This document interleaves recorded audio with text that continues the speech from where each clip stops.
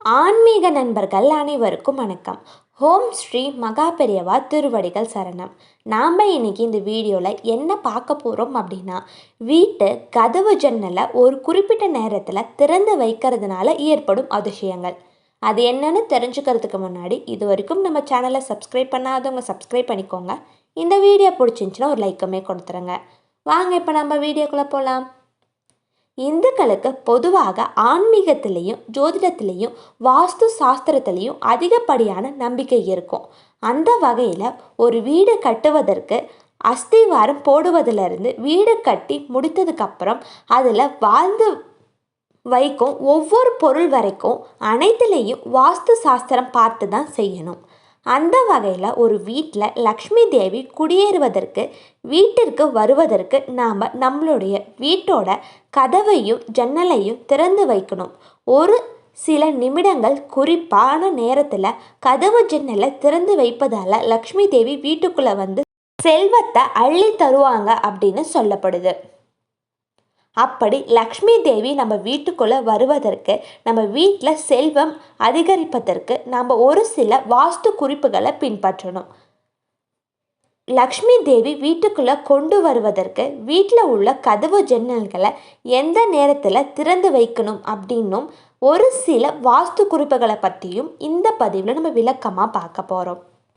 லக்ஷ்மி தேவி வீட்டுக்குள்ளே வரவழைக்க பின்பற்ற வேண்டிய சில வாஸ்து குறிப்புகள். லக்ஷ்மி தேவி வீட்டுக்குள்ளே வருவது வீட்டிற்கு மங்களம் சேர்ப்பதாக கருதப்படுது. அந்த வகையில் ஒவ்வொரு ஆண்டும் தீபாவளி அன்னைக்கு மாலை நேரத்தில் லக்ஷ்மி தேவி வீட்டுக்குள்ளே வருவாங்க. அதனால் அந்த நேரத்தில் வீட்டின் கதவு ஜன்னல்களை திறந்து வைக்கிறது மிகவும் நல்லது. தினமும் காலையில் சூரியன் உதயமாகும் போது பிரம்ம முகூர்த்த நேரத்தில் லக்ஷ்மி தேவி வீட்டுக்குள்ளே வருவாங்க. அதனால் அந்த நேரத்தில் வீட்டின் கதவு ஜன்னல்களை திறந்து வைக்கணும். அதே போல் மாலை சூரியன் அஸ்தமனமாகும் நேரத்தில் லக்ஷ்மி தேவி வீட்டுக்குள்ளே வருவாங்க. அந்த நேரத்தில் வீட்டுக்கு விளக்கு ஏற்றி லக்ஷ்மி தேவியை வரவேற்கிறதுக்கு வீட்டோட கதவு ஜன்னல்களை திறந்து வைக்கணும்.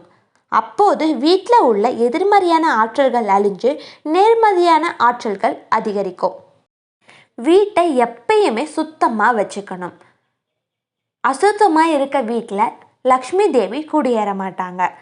உங்கள் வீட்டில் துளசி செடி இருந்துச்சு அப்படின்னா அதற்கு காலை மாலை இரு வேளையிலையும் விளக்கு ஏற்றி வழிபட்டு வந்தோம் அப்படின்னா நம்மளோட வீட்டை பிரகாசமாக இருக்கும், வீட்டிற்கும் லக்ஷ்மி தேவி வருவாங்க அப்படின்னு நம்பப்படுது. எல்லா பிரச்சனைக்குமே ஒரு தீர்வு இருக்கும். எளிமையான தீர்வுகளை தெரிஞ்சுக்க தொடர்ந்து நம்மளோட சேனலை பார்த்துட்டு வாங்க. அனைவருக்கும் நன்றி. ஹரஹர சங்கர ஜெய ஜெய சங்கர, ஹரஹர சங்கர ஜெய ஜெய சங்கர.